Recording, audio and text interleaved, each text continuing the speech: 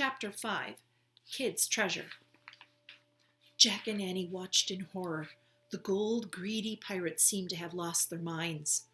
Jack nudged Annie, and together they started backing slowly away from the pirates, toward the treehouse. "Halt!"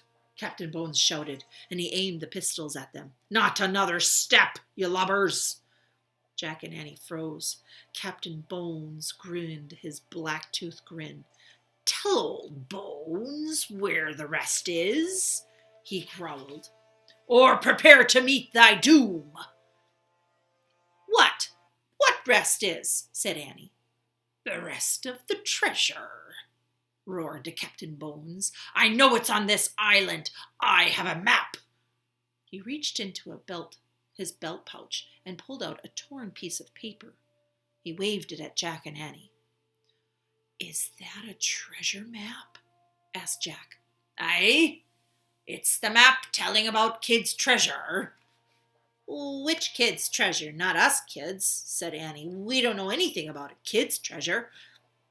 "Well, why don't you read the map?" said Jack. "You read it." Captain Bones shoved the map in Jack's face.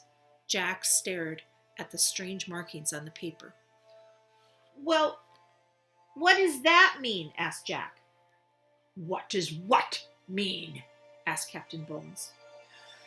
"Those words." Jack pointed at the words on the bottom of the page. "Well, it means, Captain Bones' good eye was squinting at the writing this time. He frowned and he coughed and he rubbed his nose. "Leave him alone," Pinky growled at Jack. "You know he can't read," said Stinky. "Shut up," Captain Bones roared at the men. "Jack and I can read," said Annie, as she piped in. "Shh," said Jack. "Captain, make him read the map," said Stinky. Captain Bones gave Jack and Annie a dark look. "Read it," he called. "Then you let us go," said Jack. The pirate squinted his good eye at Jack. "Aye, lubber, when the treasure is in my hands, I'll let you go." "Oh, okay," said Jack. "I'll read it to you."